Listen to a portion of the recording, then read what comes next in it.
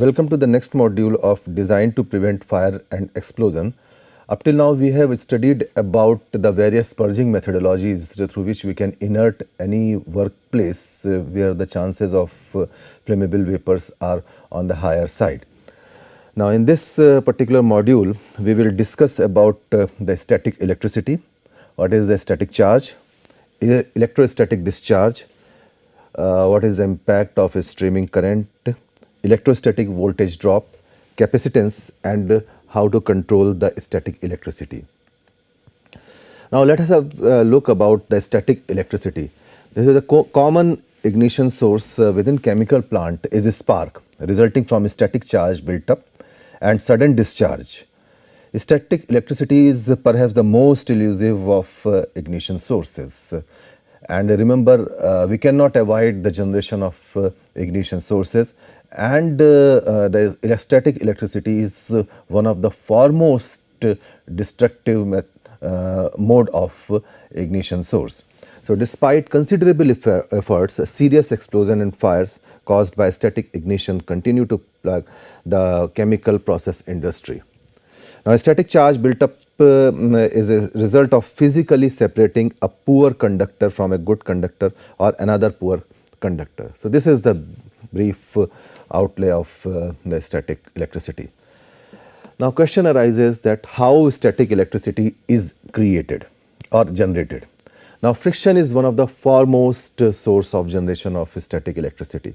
So, friction of one electrical insulator against another displays the electrons which accumulate on one of the surfaces.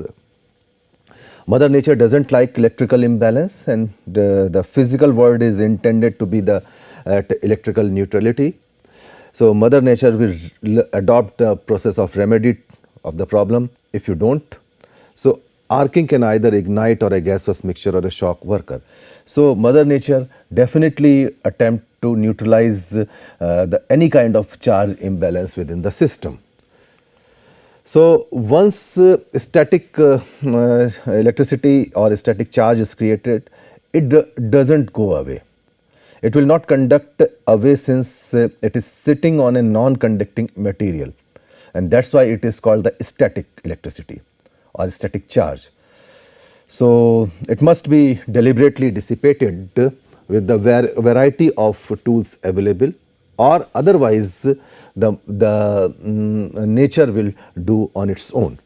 So, static charges will arc and ignite a gaseous mixture if the interior static charge is exposed to the ground, and that is one of the most serious problem, because sometimes these spark or arc, they may have such sufficient energy to ignite any kind of flammable material, provided they are within the LFL and UFL zone. Now, let us discuss about static charge. So, when different material touch each other, the electron move across the interface from one surface to other. Upon separation, more of the electrons remain on one surface than on the other. So, one material becomes positively charged and other negatively charged. Now, if both materials are good conductors, the charge built up as a result of separation is small because of electrons are able to scurry between the surface. Now, if however one or both of the materials are insulator or a poor conductors, electrons are not as mobile and are trapped on one of the surface, and magnitude of the charge is much greater. So, if charge is the charge density is on the higher side, then definitely whatever spark being generated or whatever arc is generated must have a higher intensity.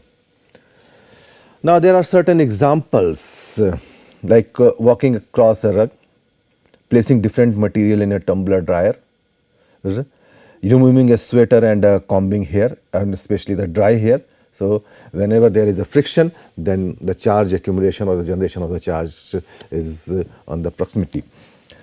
The clinging fabric and sometimes audible spark, especially applicable when you are wearing the silk cloths, etc.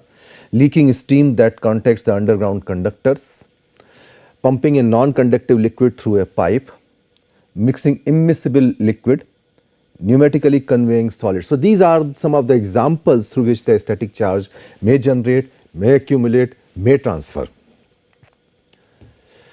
Now, you may have a look that a dangerous energy near the flammable vapors is around zero 0.1 millijoule. And if you walk across the carpet, or you are simply walking across the floor, then the generation of static charge is around 20 millijoule. So you can anticipate that how dangerous it is. So it is the foremost requirement to remove whatever excess charge or static charge built up on the surface to avoid any kind of fire and explosion hazard. So electrostatic discharge, usually an electrostatic discharge occurs when two materials at different potential or polarities come close enough together to generate a charge transfer. In an explosive environment, this sudden transfer of charge may be so energetic to be an source of ignition. So remember, we must aware this type of danger, because these are certain hidden dangers in our workplace.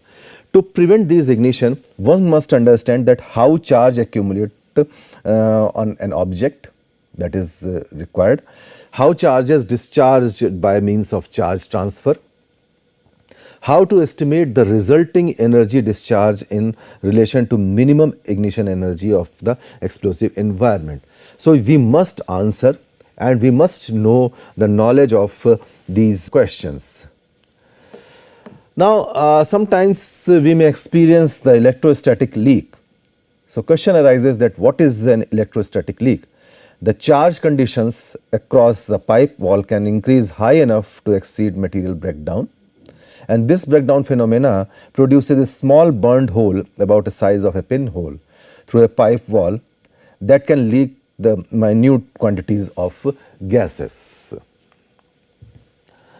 So, in the previous slides we have discussed that there is an accumulation of charges on an object. So, question arises that how charges are accumulated on an object. So, there are 4 charge accumulation processes that are relevant to the dangerous electrostatic discharge in a chemical plant. Number 1, the contact and frictional charging.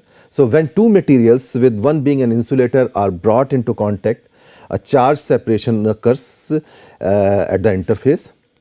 If the two objects are then separated, some of the charge remain separated and giving the two materials opposite but equal charge. That means the neutralization of the charge aspect. Second is the double layer charging. Charge separation occurs on a microscopic scale in a liquid at any interface, may be solid liquid, gas liquid, or liquid liquid. So, as the liquid flows, it carries one type of charge, leaving behind the other charge of opposite sign on the other surface. The best example is a pipe wall. The third one is the induction charging. This is applicable only to the material that are electrically conductive. So, you can see that you are having one metal sphere over here. This is the insulated stand, and this is the ebonite rod. So, the charge accumulation takes place in these 3 figures. So, first one is the charge accumulation, and then if you provide the grounding wire, so one charge, that is negative charge, is being transferred to the ground, and then it remains the positively charged. So, sometimes it is in, you may take the things in a positive manner, sometimes it is in a negative manner. Now, induction charging, the person with insulated shoes may approach an overhead vessel that is positively charged. The electron in person's body migrate towards the positive charge of the vessel, hence accumulating an equal quantity of positive charge on opposite side of the body, leaving the lower part of the body positively charged by induction. So, when a metal object is touched, there is a transfer of electrons creating a spark. Sometimes in our day-to-day affair, you may experience this type of induction charging through your body. The last part is that charging by transport. So, when charged liquid droplets or solid particles settle on an isolated object, the object is charged. The transferred charge is a function of the object's capacitance and of the conductivities of the droplet, particle, and interfaces. So, this is again a very useful phenomena and very common phenomena in chemical engineering aspect. Now another question is that how charge is discharged by means of charge transfer. So a charged object can discharge to a ground or to an oppositely charged object when the field intensity exceeded by 3 megavolt per meter breakdown voltage of air, or when the surface reaches the maximum charge density by different 6 methods. So there are 6 methods through which it reaches the maximum charge density, maybe because of a spark, propagating brush, conical pile, brush, lightning like and corona discharge. So in this particular figure, you can see that this is a typical filling operation when the solids are being filled in a vessel and they are passed through the hoppers. So because solid particles, they by the friction or by the transfer, they may charge, they may generate the static electricity or static charge. So this particular vessel is properly grounded like this grounded thermowall to all metals. Now there are certain propagating brush discharge so that the charge density may not reach to the dangerous level. This is again the brush discharge. These are the non-conductive linings. So by this way you can adopt the methodology of charge transfer to some other place, and through this way you can discharge the whatever charge being generated during the vessel filling operation or the transfer of the solid material to the ground, so that you can neutralize the vessel, or you can neutralize the things as per your requirement. There is another aspect that is called the spark discharge, that is the discharge between the two metallic objects. Because both objects are conductive, the electrons move to exit at a single point of the charged object and they enter the second object at a single point. And this is therefore an energetic spark that can ignite a flammable dust or a gas. Another is a propagating brush discharge. So discharge from grounded conductor when it approaches a charged insulator that is backed by a conductor. So these discharges are energetic and they can ignite the flammable gases and dust.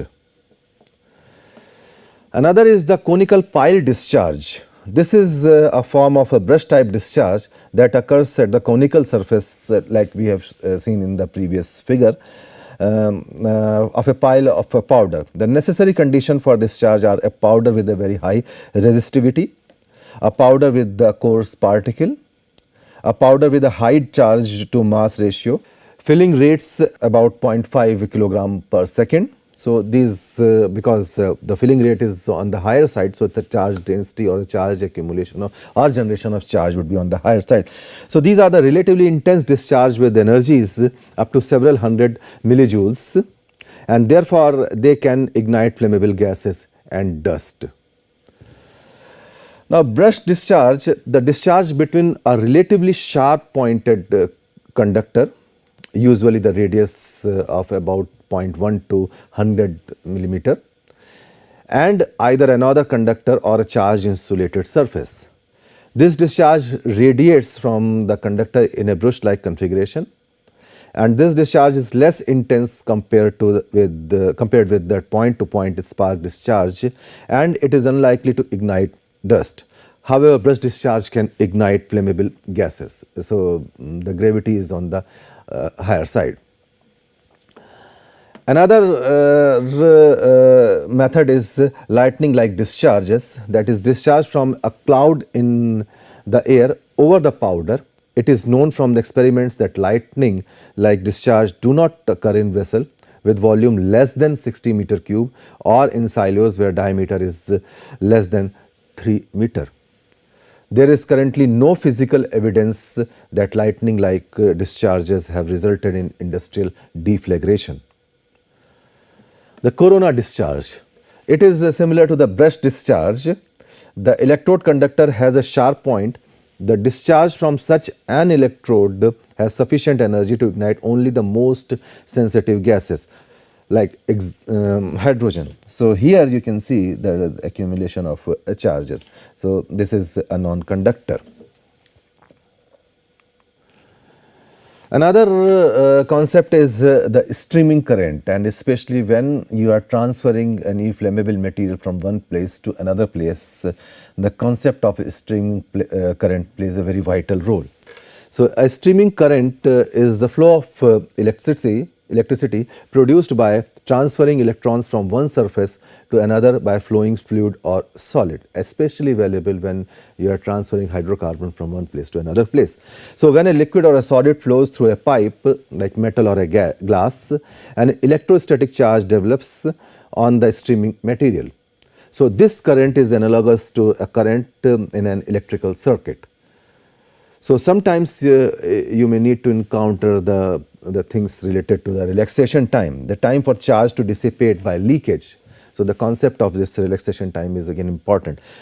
The lower the conductivity, the higher the dielectric constant and the longer the time. So that is the concept, and we will discuss this relaxation aspect in subsequent slides. Now this picture shows that how the generated charge is streaming just like current. So this is a flow of a material which is being flowing from one place to another place. You can take the example of a vessel filling operation. Here the positive and both negative charges, they are coming towards the vessel. And sometimes if this vessel is not equipped with the proper safety devices, the spark may generate and the content may be blown up, or if this is a flammable liquid or a vapor, then definitely the destructive aspect may occur in due course of time. So due care must be taken. Another is the splash charge, especially it is applicable in the vessel filling operation. So you are filling a vessel, and the discharge point or the outlet of this pipe is at this point. So whenever the fluid moves or it fills to this particular vessel, the charge may accumulate or charge may transfer to the various surfaces, sometimes at the upper part of the liquid, and sometimes it may get deposited at the wall of this vessel. Sometimes this type of a problem, when you are dumping the powder or bags to storage area or anywhere else, then you may experience this type of problem, the negative charge particles and the positive charge particles. So you have to take the due care while handling such type of scenario.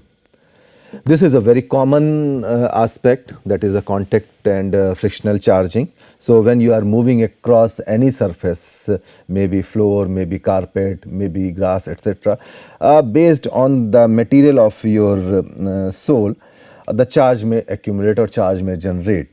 So when they find the favorable condition, the spark may be created, and that's why. And if the chances are on the higher side when your shoe is equipped with the iron shoe nails. So be practical and be aware about such particular scenario. Sometimes you may experience that the charge may transfer from one surface to another surface through induction. It is just like this. This particular gentleman, maybe previously he was having the neutral charge, but since this is a backfilling operation and through which some positive charge is generated in due course of time, and this charge is get transferred to this gentleman. So sometimes he may experience the generation of a spark, provided that sufficient neutralization or sufficient source is available at this particular point of time.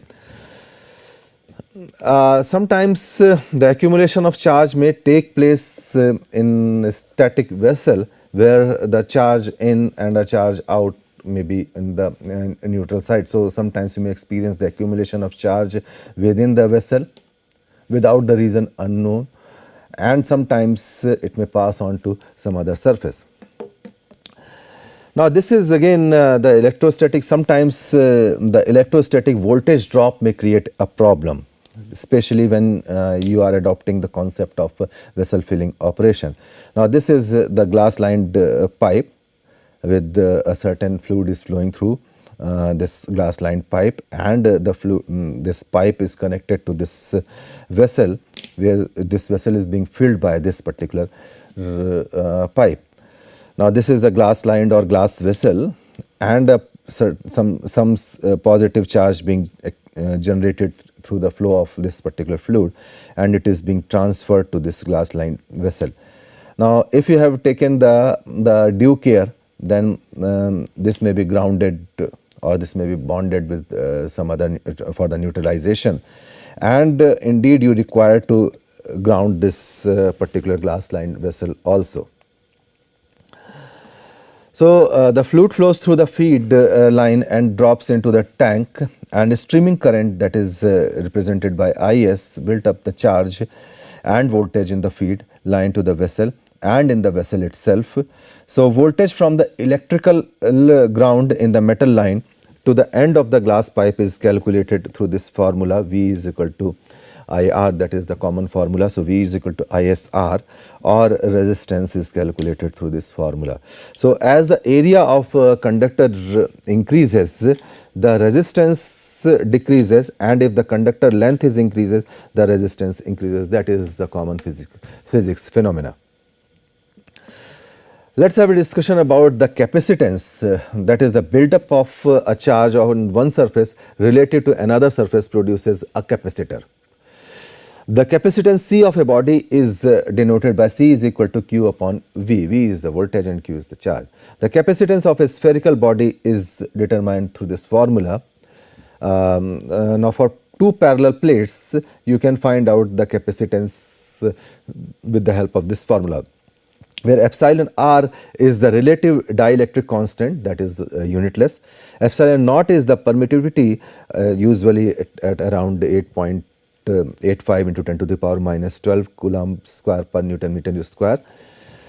Now r is the sphere radius, A is the area of the surface which is in question, and C is the capacitance, and L is the thickness of the dielectric.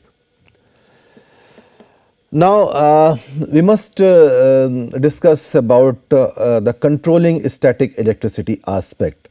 The charge built up resulting spark and the ignition of a flammable material is an unavoidable event.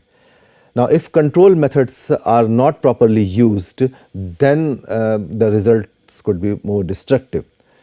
So however, these problems were recognized by design engineers, and hence special features were installed to prevent sparks by eliminating the built up and accumulation of static charge. That is the key feature of designing of equipment.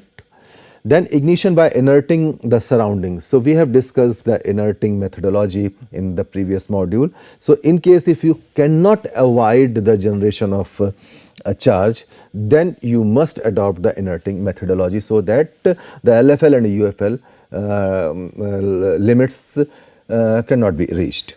Now inerting is the most effective and reliable methods for preventing ignition, because ultimately when you are walking or you are flowing a fluid through a pipe, you cannot avoid the generation of a static charge.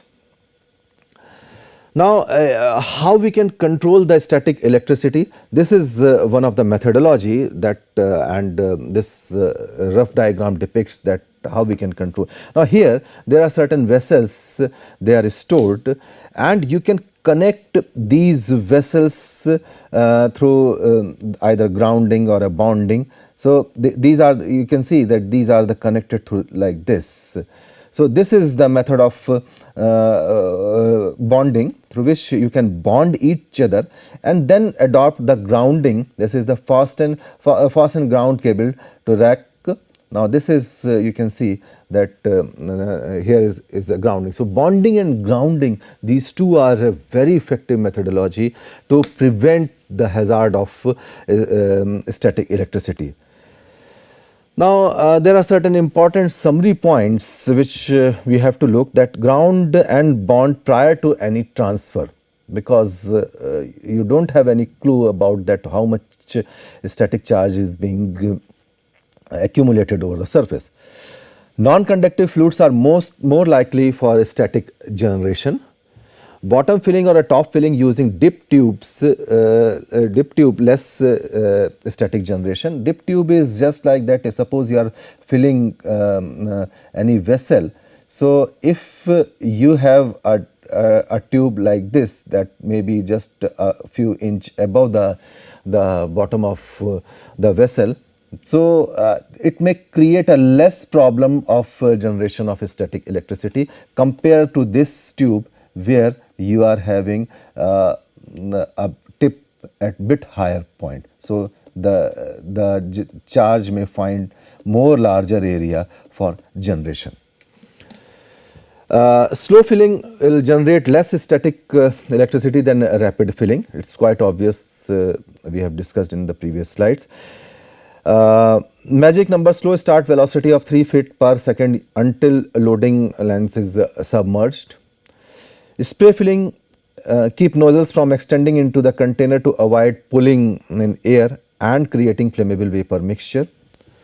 Inerting eliminates the potential for combustion but does not eliminate the static.